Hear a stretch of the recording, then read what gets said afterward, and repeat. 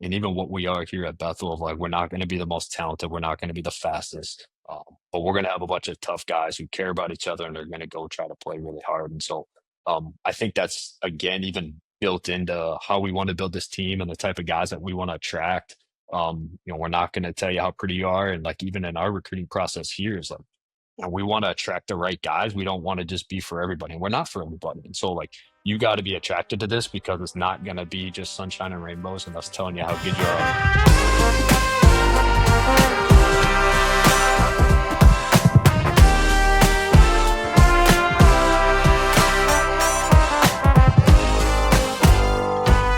Today's guest on the Left Hash Call is a man who's done it all in football and done it the right way. He grew up in Lowell, Michigan, won a state championship, and went on to become a two-time captain and one of the greatest defensive backs in Southern Illinois, finishing third in school history with 15 interceptions. After his playing days, he started coaching high school ball, working his way up to the college level, and spent 7 seasons as Bethel University's defensive coordinator, building one of the best defenses in the country year after year. In 2023, his unit ranked amongst the top 10 nationally in multiple categories.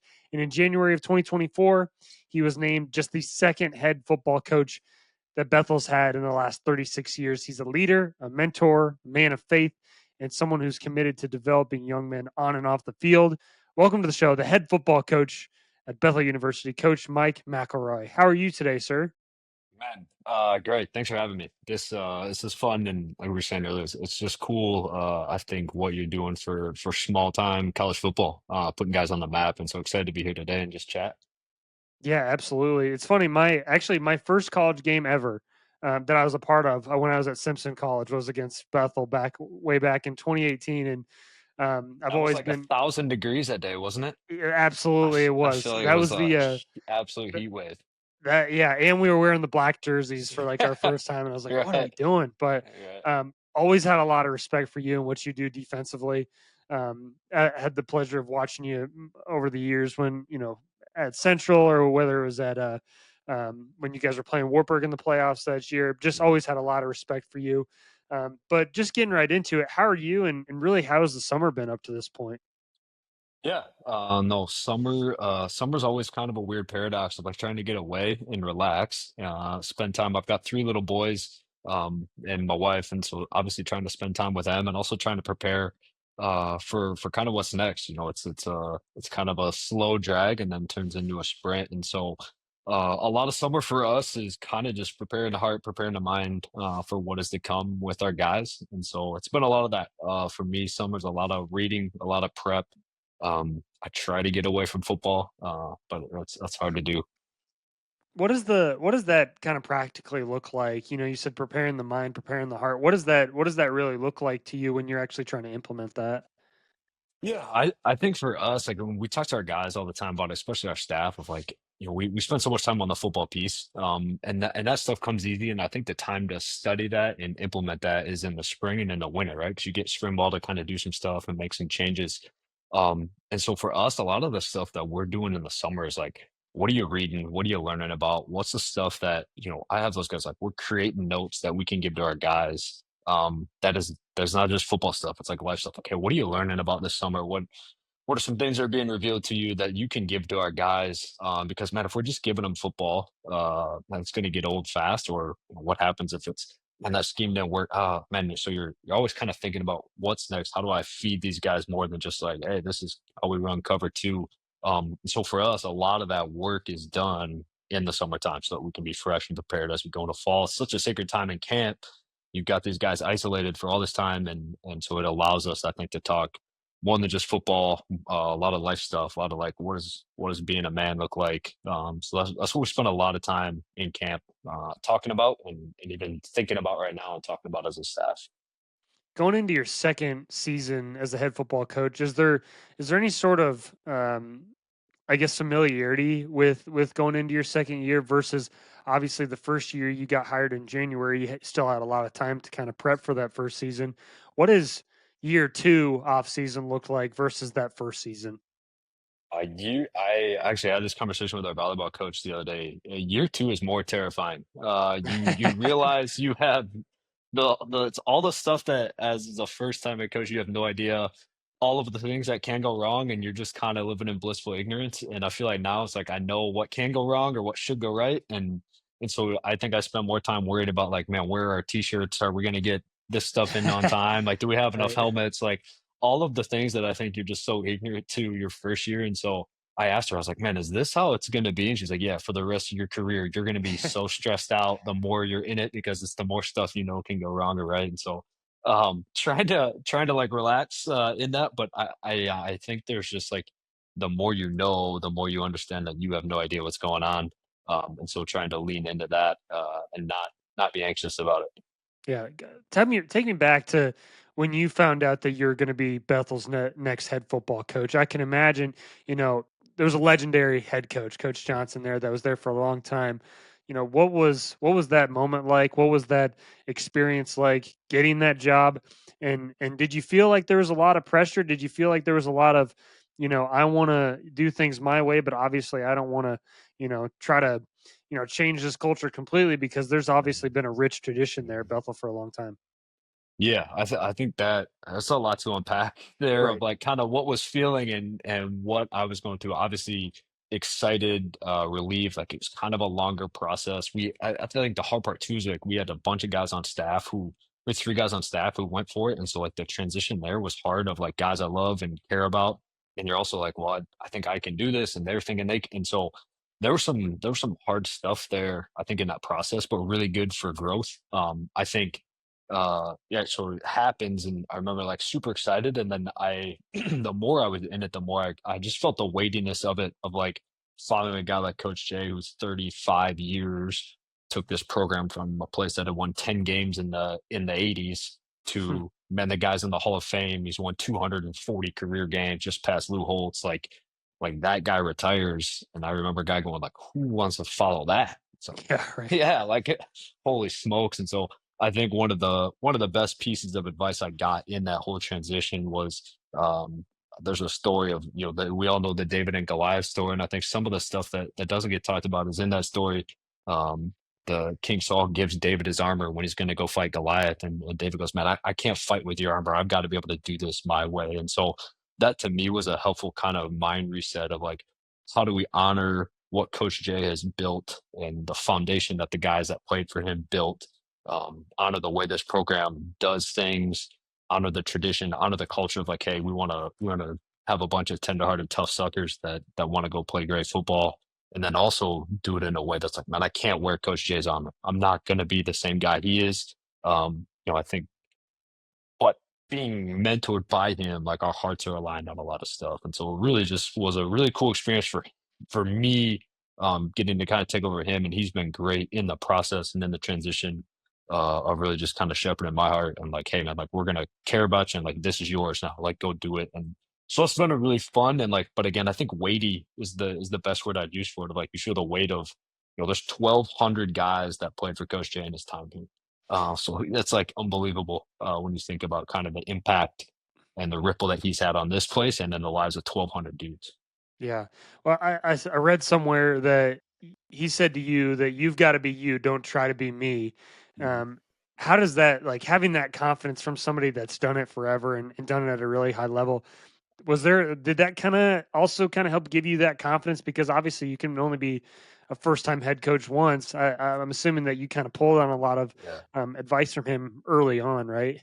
Yeah, absolutely. And I think like he's like what I love about this place and Coach Jay is like he's such a unique figure of like a guy who didn't take himself too seriously and also cared deeply about being good and cared deeply about our guys' hearts and cared deeply about their faith formation.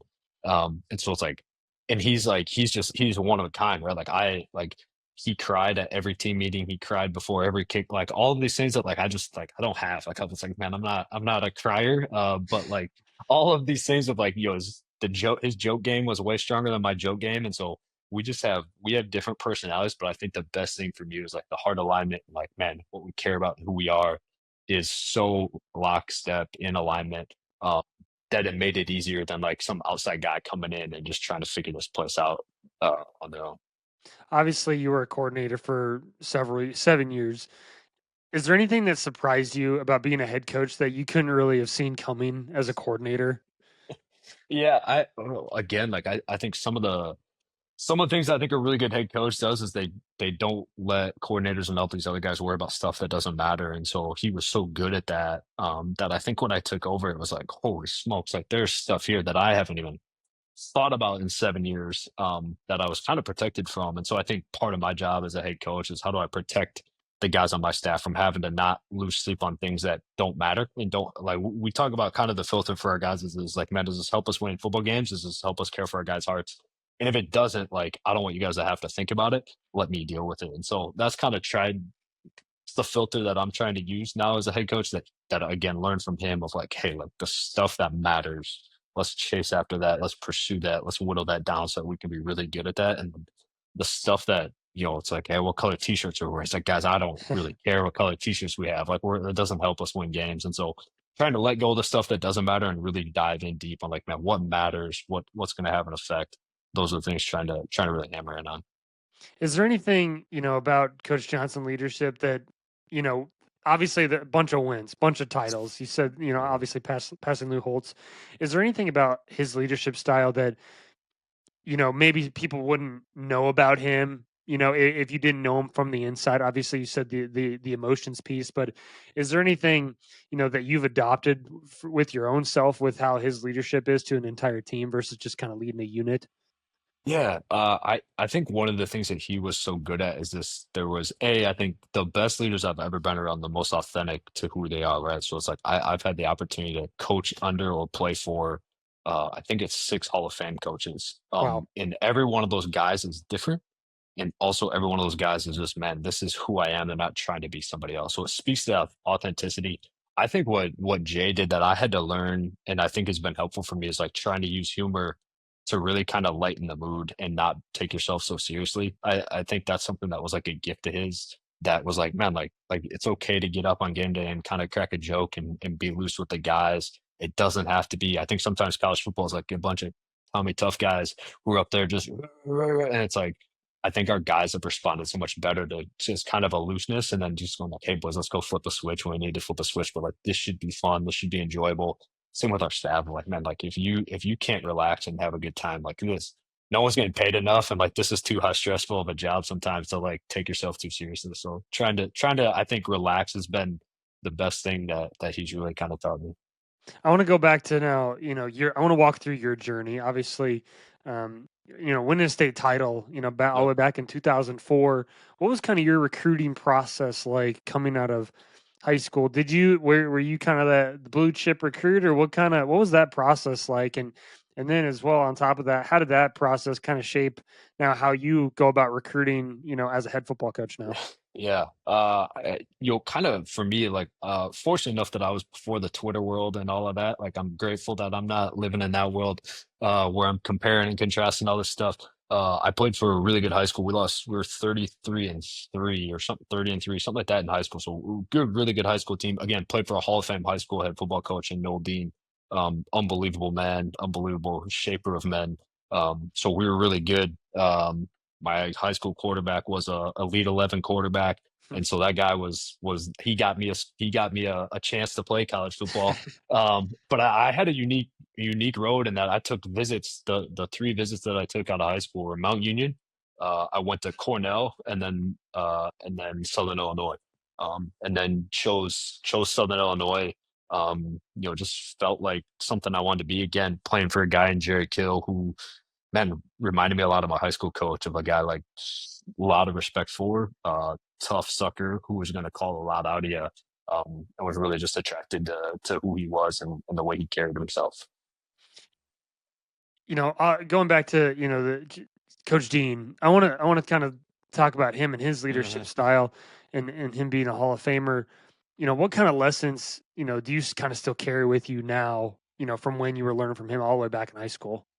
Yeah, for him, I think what I again respect so much, like he taught you how to work, and he taught you like on like this idea of like you can control the things that you control. I still beat into my head of like effort, attitude, work ethic. Like that's what you control, man. Like we weren't. I think that it's a cool parallel of kind of what we were there, and even what we are here at Bethel. Of like we're not going to be the most talented, we're not going to be the fastest, but we're going to have a bunch of tough guys who care about each other and they're going to go try to play really hard. And so I think that's again even built into how we want to build this team and the type of guys that we want to attract.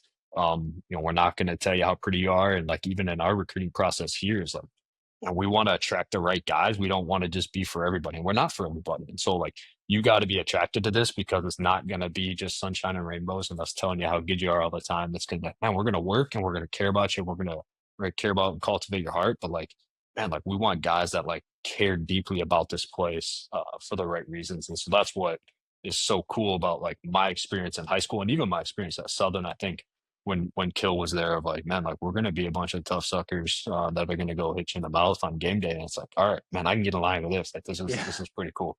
I love that. I read somewhere that you always knew that you were going to be a football coach. Where did that kind of start, and where did that always come from? Yeah, I actually swore off college football coaching after I went to the college football convention my senior year of college. I was like, man, I'll never do that. Like I'm not coaching college. Like it's just feels gross and slimy. And I hated what that convention was for my first year. I went down there. And so my dad was a high school teacher and coach. And so I was like, man, like I want to do this. And I think it was strictly for the fact that like he was waking up at the same time I was on Christmas vacation. And I was like, all right, I can get behind something like this. Um, and so got into the coaching piece and was coaching high school football in Southern Illinois and thought like, man, we're going to do this forever. And then when I got the call from Coach Kill, it was like I went from coaching 1A high school football in Illinois with 120 kids in the whole school to them going, hey, like you want to coach in the Big Ten, and it was like, well, I'm not going to pass it up. My wife and I talked about we'll get the grad degree, and then we'll move back to coaching high school football. And we came up to Minnesota sight unseen, never been here before, and 10 years later, we mortgaging 3 kids, and we're Minnesotans, man, coaching college football. So I love that. What did that season coaching high school football? Alvarado yeah, Trico? Did I pronounce Trico, Alvarado Trico? Okay, Trico. sorry. Yep. I want to make sure I was pronouncing that Yeah. correctly. What did that season kind of look like, and how did that shape who you were as now Oh, as a head football coach now? that was I think I was 24 at the time that I got that job, and they had won 3 games in I think 10 years. And you come out of playing college football and you're 24 and I was so arrogant. I was like, man, they're gonna make a Disney movie about this place. Like we're gonna outcoach guys. We're gonna just change this place. Um, and I remember the first game where I'm on the sideline and we are down like 54-0 at halftime. And I'm Oh like, boy. oh boy, we got like this is not what I thought it was gonna be. There were a lot of tears in the office, late nights, and a lot of like, what am I doing? Is this like what I'm supposed to be doing? And then ended up winning our last game there, and just like kind of what a cool thing it was for that community and for our guys, but taught me so much of like, man, like you are so clueless when it comes to like the football piece is easy, right? Like Right. anybody can draw X's and O's and like that stuff. Like that's not hard. It was like, how do you manage these guys' hearts? How do you manage relationships? How do you care for guys? How do you hold guys accountable? How do you love guys when they are, man, they're struggling or when they're high, when they're low? How do you handle, your best player is not the best leader? Like, what does that look like? And so I think some of the lessons there were like at the time, and I think that's what like all these coaches, like all the young coaches I talked to, was like, oh, I just want. It's like, man, like you need to get your butt kicked, and you will get your butt kicked early on, and that is the best thing for you.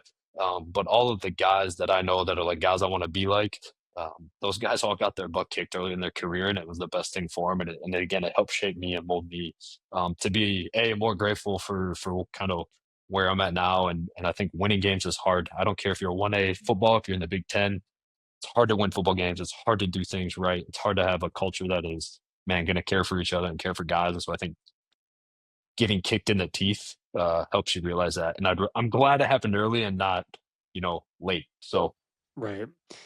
Talk about going and working for Coach Kill, obviously legendary head coach. What did he teach you? What was that experience like working in Minnesota and in the Big Ten?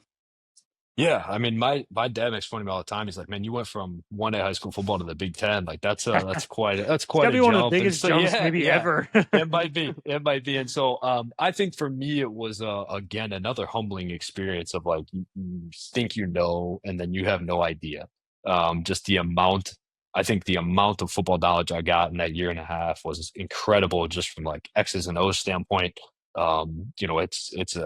It is an operation, right? Like the amount of people, the amount of staffing, and this was before it kind of even blew up. This was in 14 and 15. I was there, or 15 and 16, and so I think just learning from the ins and outs and seeing staff meetings and how our staff meetings run, and again, some of it is even like, oh man, like I love this, or like, oh man, I don't want to do this way, and so I think some of that was really cool stuff to take from that.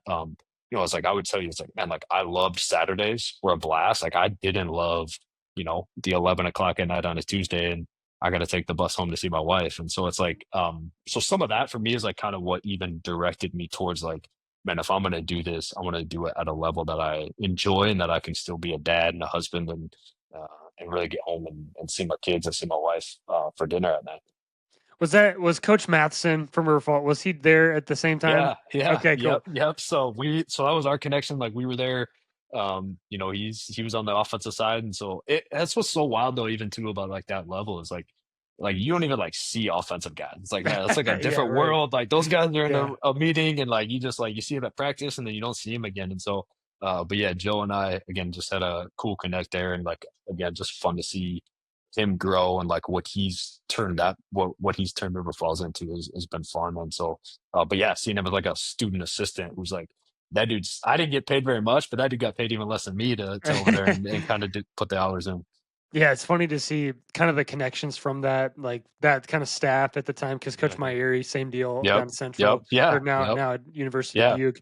Yeah. It's just like there's like all these connections with all these different coaches. It's just crazy how Yeah. everybody's like under the same umbrella. Yeah. If you Right. go further enough, like Yep. Yep. there's a Yep. connection there somewhere. But you know, Absolutely. obviously after that, you went over to CSP. What was that first, kind of getting that first job out of, getting that grad degree, like you said? What was that first job like? Yeah, I mean, great for me of like being able to again just kind of hop right into something. And Coach Curry it was his first year there, and coming Okay. back from having been there before, but he was back for kind of his second stint, so it was his first year. And again, same thing of like hired some punk kid who he didn't know who thought, it's like, oh, Big Ten, like, oh, this will be easy. And again, like first game, I think we had a shutout our first game, and so you're kind of like, oh yeah, like this is gonna be This is great. it. We did it. We're Yeah. gonna change this program. And I think the second game we played Duluth and gave up like 55 points, and it was just like, all right, like we don't have this figured out. So I think like as you can see, there's kind of been a trend of I think the Lord humbling me of like, hey, you think you got to figure it out? Like you're going to get kicked in the teeth. And so, again, it was just another place of I think we won two games that year, and so it's like getting kind of your face kicked in early of like, but again, like how do you manage it? How do you handle relationships, and how do you? I think the thing is like that has been hard too, especially as a young coach. Is like how do you lead up? Like how do you coach and lead guys older than you? I think it's something that I didn't think about going in. To all of this that like as a 27, 28, 29 year old man, you're in charge of leading a guy who's been here, who's been through it. Like there's some challenges with that I don't think I was probably prepared for of like how do you respect that guy, how do you honor his stuff, and how do you go like, hey, like this is what I believe in, this is what I want.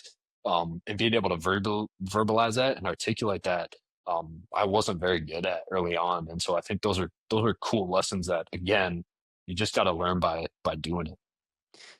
Well, talk to me about the faith side with football Mhm. and how you go about, administering or mixing that with football. How do why is that, obviously it's a big part of the school and the institution, but why is it a big deal to you as well?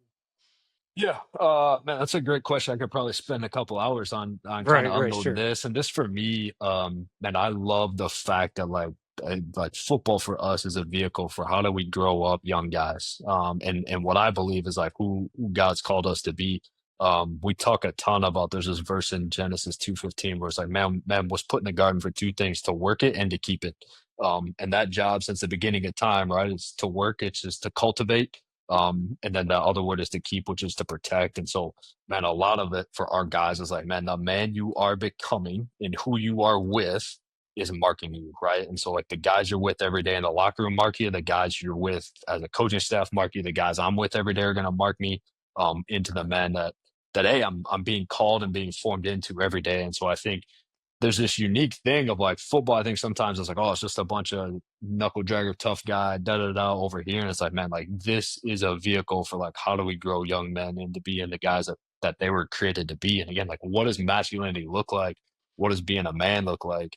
I think for us, like, man, what a cool place of like, I have a bunch of 18 to 22-year-olds that I have their undivided attention and I get to talk about heart stuff. I get to talk about, man, your call is to cultivate your faith. Your call is to cultivate your heart. Your call is to cultivate your skills.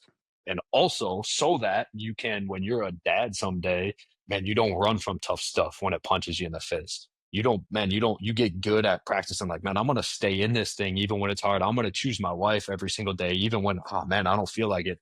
You're not going to feel like going to football practice every day. You're not going to feel like taking that guy out on an end block. Like you got to choose it. And so I think the lessons and the stuff that we can pull from this are like, man, like your heart matters, like who you are becoming matters. And like, I think God cares about your heart more than he cares about what your score is. But man, he cares about you being a tough sucker. He cares about you saying, like, hey, this is the kind of guy that I said I was going to be. My job is to live into that. And then are there men in your life that are speaking life into you and calling you on stuff? Like, I just think, like, what a cool call as a coach that, man, I get to speak life into these guys. I get to call them to stuff. I get to challenge them on stuff. And I get to walk beside him and go like, look, like this is it. Like this is the call, guys. It's like the stuff that you're going to deal with as a dad, as a husband, as a parent someday is the same practice you're getting right now. Like, oh man, I don't feel like it. Cool. Yep, you got to stay. Like you committed to this thing, you got to stay. Oh man, things are hard. Like, yep, they are. It's like it's going to get harder, guys. Like it's going to get harder when you got a marriage. It's going to get harder when you got a mortgage. Than it is going to chemistry class. And so the type of men that we are called to be, I think, right, is like this idea of man to work and to keep. And so it's like for our guys, like, man, like your job, my job is to help grow you into the guy you're created to be. And then my job is to, again, am I being shaped by? Who am I being shaped by? So that I can give that to our guys and they can just feel like, man, like, okay, like this is hard, but this is where I'm supposed to be. And this is who I know I'm supposed to become. And I think, again, that's what for us and why I love Bethel is like I get to talk about the Jesus stuff and the football stuff and I'll have to hide it. You know, there's a lot of coaches that I think are aligned with that and but got to kind of maybe tiptoe around it. And for us, it's like we try to be really upfront with who we are. And you could be wherever you are on that path of like, man, what does that mean? What does that look like? But I think I want to be attractive to guys who want that in their lives. And so for us, like that's been a it's why I'm here. It's why I love this place. It's like I kind of always thought it was like you were either like a youth group or you were kind of like this like pseudo. And it's like, man, we get to do both and do it at a really high level and play good football at the same time. So You mentioned, like you just said, high level. There's a lot of, I think there's a lot to say about having high level football and high level faith at the same mhm. time. Is there anything within that that has challenged you as a leader and challenged you as a football coach at the same time? Yeah, I mean, I think if it's not who you are and it's not authentic, like I think the guys are gonna smell it right away. And I think like even in the recruiting process, like they're gonna be like, ah, this is either you're either full of it or like this is like maybe not what you say it is. And so I think the challenge for me again is like, why do we do so much kind of like work on the back end of like staff stuff of like, hey, what we're reading, what we're studying, what we're going through. Like I got our staff and like reading more books than they probably care to. Because I think it's like, man, like if you're not refining and guarding your heart and doing the stuff that's gonna fill it up, like and you're gonna get punched in the face with something at some point, it's like what's gonna come out. And so what I want to come out is like the stuff that I've put in. And so that's the same thing we're telling our guys. It's like, man, what's going in here and here is gonna eventually come out of here when the pressure's on, right? And so it's like, man, who are you when the stuff that's hard hits and when it happens? And so you got to train it just like you got to train anything else. And so for our guys, it's like, man, are you doing the stuff? Are you planting good stuff? Because we know that that reaps rich fruit later on. And so that's a call to our guys. It's like the again constantly for us and that we talk about a lot is this idea of cultivating of like the stuff that you plant you will reap later on. Like your job is to produce rich fruit and the fruit that you produce is not for you, right? The fruit you produce is to sustain community around you. I'm the beneficiary of being able to eat the fruit from the tree that Coach Jay has planted here. And so our call for our seniors in in a couple of days when we have our seniors in of like your job is to bear rich fruit so that it feeds the guys that come after you that you may never see. But man, that's the call. That's a call as a man. It's a call as a football player. Is like, man, the stuff that you're producing is so that you can sustain a community around you, not so that oh, I look at how much fruit I bear. Like, no, it's like it's to feed those guys. It's to provide shade for those guys. And so again, like that, all of that stuff, I think continues to tie in of like, who do we want to be? How do we want to be? And so that for us is like, man, can you cultivate rich soil, right? That's my job is like, can I cultivate a rich soil here so that our guys can be planted, and really just produce good food for the guys that come after them? I love that. That's so cool, man. I love hearing the your perspective on that because um, I think a lot of times, like you said, there's people that are about it, but don't feel vulnerable. Maybe is the right word to speak their mind on it publicly. And thank you for sharing that. That's awesome. Yeah, Um, absolutely. talk about coming to Bethel and for the first time and becoming a defensive coordinator here. What was uh, I guess attractive about it, but also what led you to really calling this place home for the last 7 years, obviously up until becoming the head coach. Yeah, I think again, like coming in and knowing about it, having been in Minnesota for it was at that time like 3 years, and getting to know Coach Jay and going like again, I think the advice that I have for guys and the advice that again we even give in recruiting is like, man, get around guys you want to be like. You will be marked by them. Like I am marked by the guys I'm with in this room. You're going to be marked by the guys you hang out with, and so I think I figured out at a young age, like I want to be around guys I want to be like, and Coach Jay and a couple of the guys that were on staff at the time were guys that I'm like, man, when I'm 50, when I'm 60, I want to look like that dude. And so that drew me to this place, and then fortunate enough to have a place open up, and again, like I was kind of mesmerized with this idea of like, man, we can do cool stuff faith wise that isn't just like a kumbaya youth group where we're gonna sing kumbaya and then go get beat by 40. I was like, I don't want anything to do with that.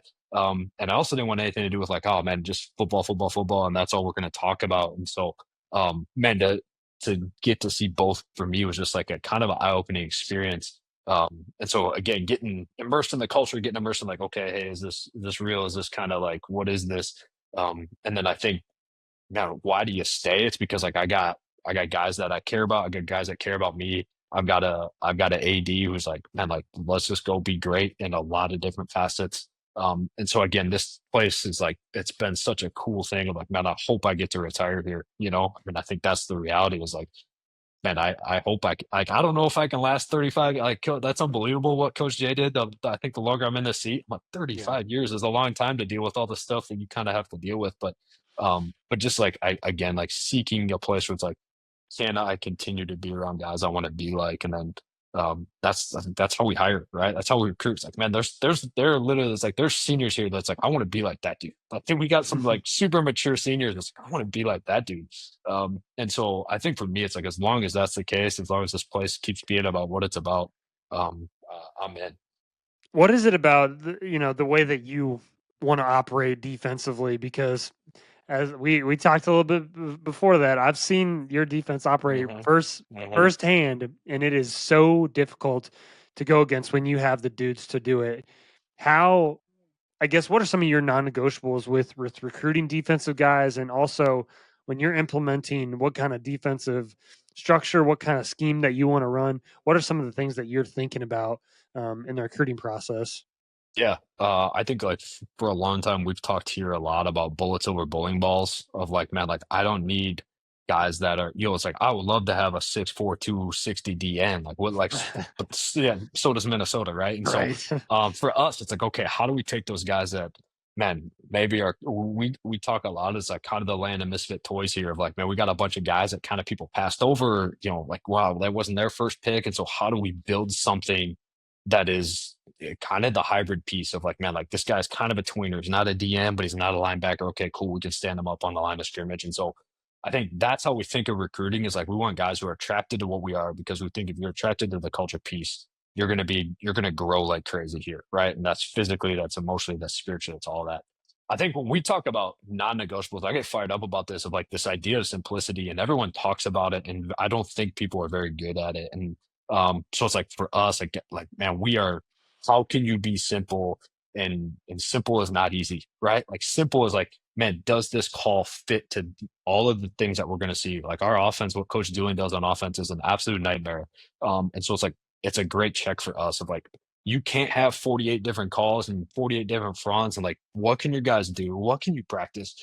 We try to practice honestly like less than anybody in the country. Like that's one of my goals is like I want our guys to be fresh I want you to have to be able to teach it in a short amount of time. And so if you have this complex thing and it's like, oh, we've got all the answers, all like great. Like, can you practice it? Can your guys execute? And I think if you look at, it's like this last, I think we've been top 15 in interception or top five in interceptions the last 4 years. Because like we got guys that like know where they're supposed to be and they can get there. And so we spend a ton of time. One of the frameworks we talk about is like, man, like I want three skills that your guys have to do on defense. And then if what we're doing, if the call or if the play is outside of those three skills, we're not going to do it, right? So it's like we don't run cover two because I don't backpedal at DB. So it's like our guys are learning how to shuffle and play catch. Well, we can play shuffle and catch in quarters and three and in man. So cool. That's what we're going to live in. If it's outside of that, like I could chase it. Like, yeah, I love trap two is pretty sexy and everybody's doing the NFL, but like I can't teach it because we're not teaching that skill. So for us, it's like we want to have, I think there's, when you have boundaries and when you have things that are set up, like there's freedom within those boundaries. If you can do everything and you can do anything, you're not good at it at anything, right? It's like, well, yeah, we can run every coverage. What are the boundaries that we're going to draw for ourselves? And then like let's run wild within those boundaries. But man, you got to put guardrails up. I think I heard a guy say a long time ago, it's like boards are what make hockey fun, right? Like if Mm, there's no boards in hockey, the puck can go anywhere. It's like this game sucks. No, the right. boards are what makes it fun, right? So it's like there's constraints, but then, man, there's a ton of freedom within that constraint for me to run wild. And so trying to think about defense that way and trying to even like our offensive coach doing and our offensive staff does it that way too of like you can run anything, guys. Like Twitter sphere, everybody's an expert. So it's like, how do you think and get good at a few things that you can coach, that you can tweak, and then you can run wild within whatever your boundaries are. Man, I love that. That gets me fired up. Sorry, as a little rant.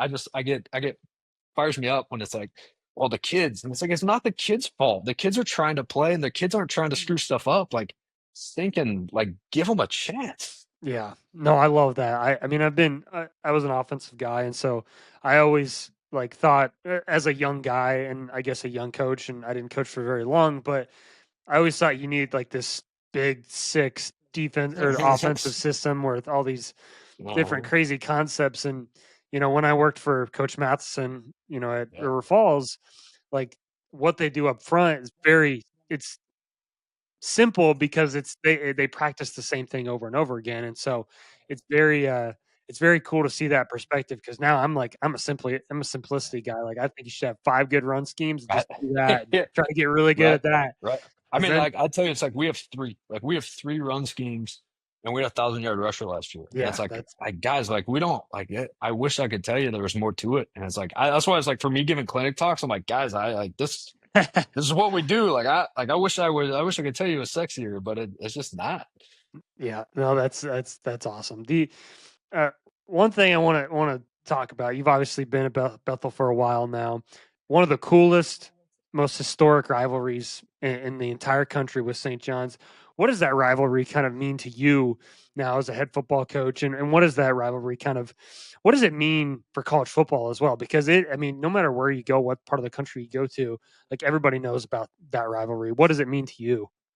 Yeah, I think it's so much. I think it's so much fun for our guys, and obviously, like tremendous respect for those guys and what Coach Fashion does there. Of like talk about following a legend, like what he had to do, and like Yeah, how oh, he yeah. how he's done just a great job of kind of carrying that thing on. And I think, man, for our guys, it's just it's why do you do college football, right? It's like, man, you want to play in big games, you want to play in games that matter, and so I think it's just, man, it's fun for our guys to play in games that matter.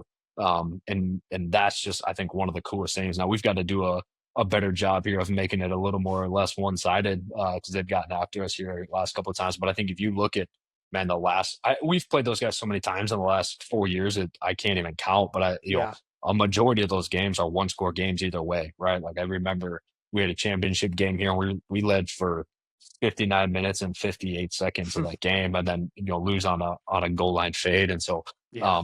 just a tremendous respect. I think our guys like our guys get up for it and their guys. I mean, it's fun to see really high level football.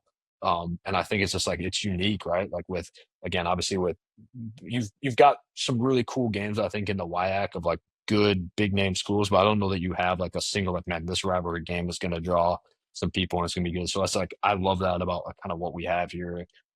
it's a big game and our guys know about it. I get like that's the only question that any alum ever asks, like, how we feel. I'm just like, oh Right. well, we're going to go. So I think it matters to the fan bases. It matters to us, and I think it's even fun to see, man, what both teams like. It's like okay, it's a dogfight, but then what both teams have been able to do in the playoffs the last 4 years has been pretty cool to see.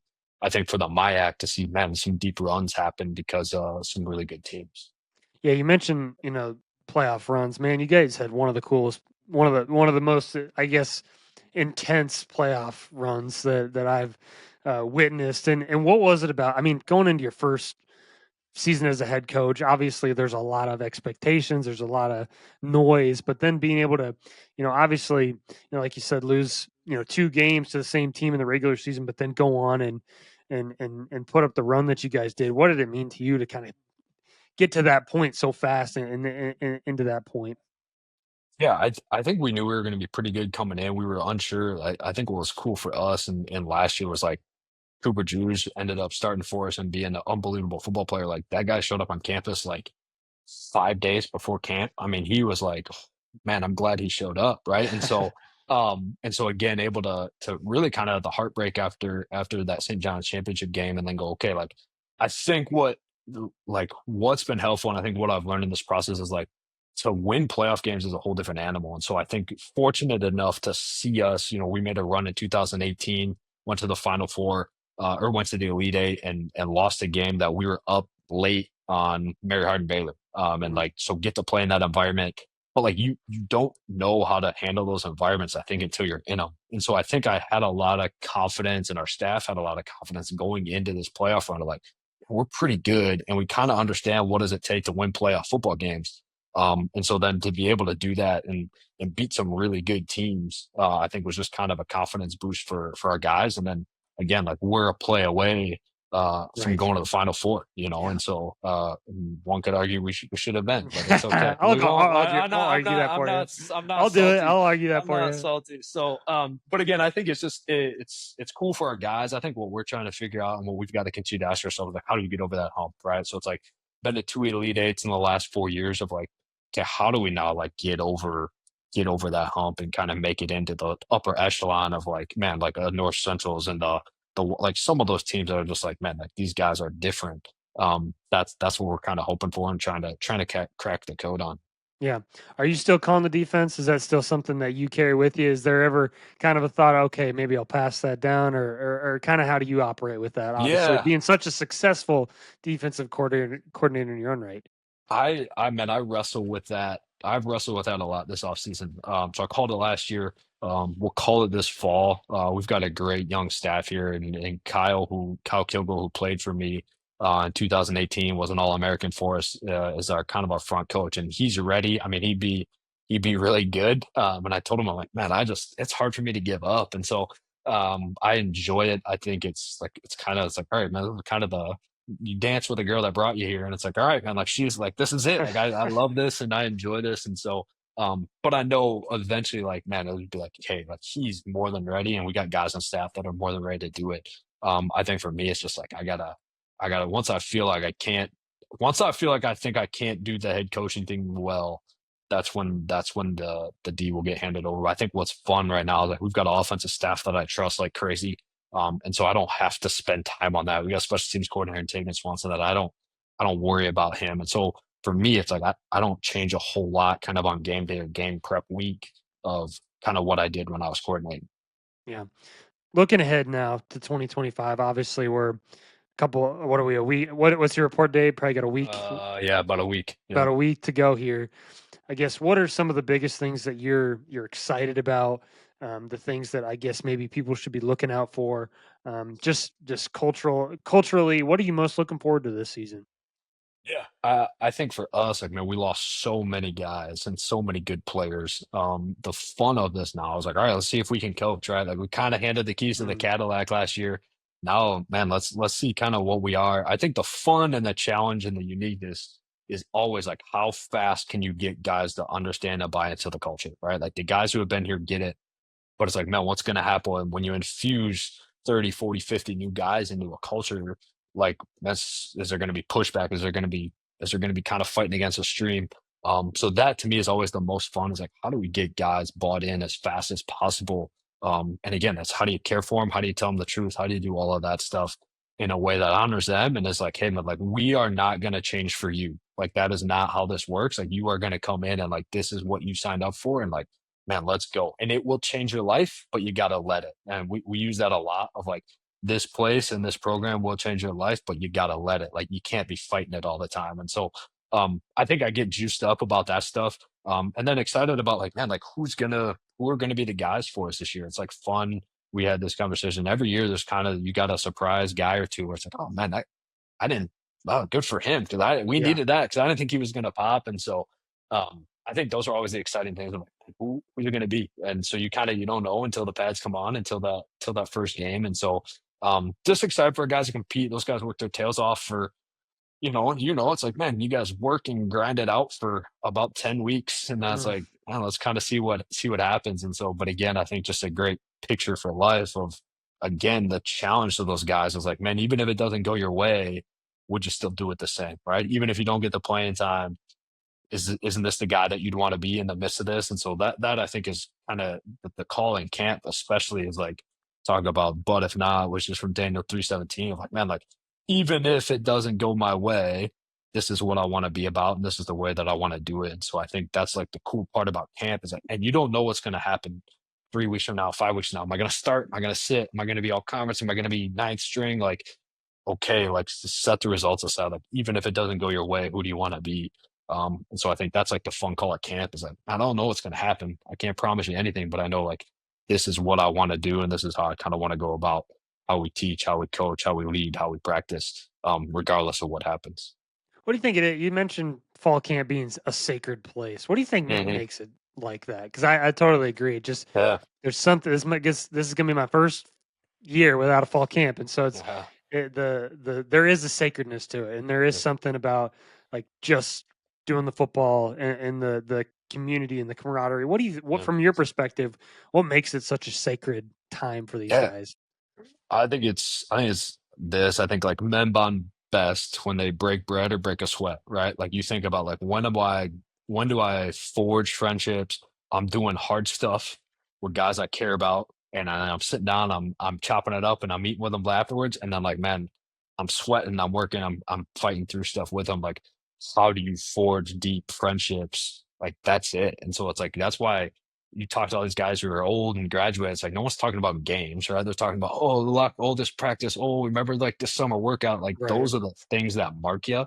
And so I think like you again, like you get 100 alpha males in a room or on a field together, and they're running into each other for an hour and a half. Like, man, you can't help but grow, and you can't help but be shaped by that. And so again in today's culture like man football's stinking needed and it's special because you got a bunch of dudes that are going to have to submit to something and someone and a coach and then each other and then get a line and then try to stink and go score a touchdown when there's 11 other dudes trying to fight them. Like what a cool stinking vision of like, hey man, this is it, guys. Like this is going to mark you and shape you for the rest of your life of because you get to do it with guys that you care about and it's really hard and you need each other, right? Like welcome to the rest of your life. Like it's really hard and you're gonna need somebody else.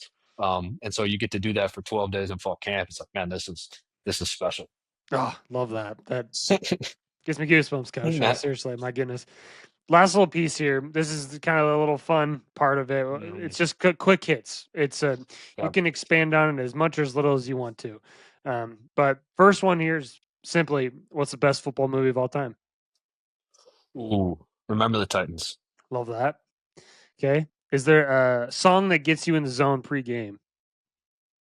No, I've like I'm not a music guy pregame. I Okay, just kind of like in my own head go for a walk.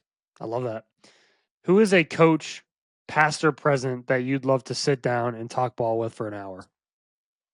Ooh, man.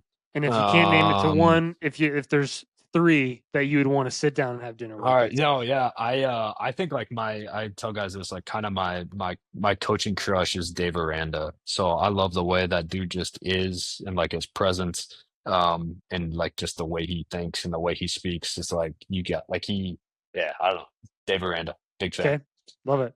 Uh, what's not one non-football skill that every football player should learn? Man, read and take notes. I make my guys take notes. I show them I've got notebooks going back to right when I was out of college. So I make all my guys take a lot of notes, and not just on football stuff. Like you should be taking notes on, you hear something cool, write it down, and then like go read. Like just go read stuff. Don't read football books. Don't read sport books. Go read. The best stuff is in the stuff that's not sport, but it's about people. How do you love people, care for people, manage people? Like go read about that stuff. I think I know where this one's going. What's one non-football thing that you do to stay creative? Yeah, I think it's that. I think Yeah. it's taking walks and reading a lot of stuff. Like I wanna read as many books as I can and then get around smart people and ask them a lot of questions. If your team was a band or an artist, who would it be? Man, something like not sexy but functional. I think like that's what I would That's hope kind of where for my head is was going like to. yeah, like I don't know, like some like we're just like the Goo Goo Dolls or something. Like we're just like kind of here and like just like you just I know what love you're that. gonna That's get awesome. and it's gonna be not sexy, but it's like oh yeah, like that they're good. Like we like that. Google So Dolls. That's yeah. that's the best answer I've heard to that so far. Awesome. Last question here before we get you out of here. What is one piece of advice that you would give to the next generation of coaches? Man, I think get around people you want to be like. Don't take a job just because it's there and just because it's kind of sexy.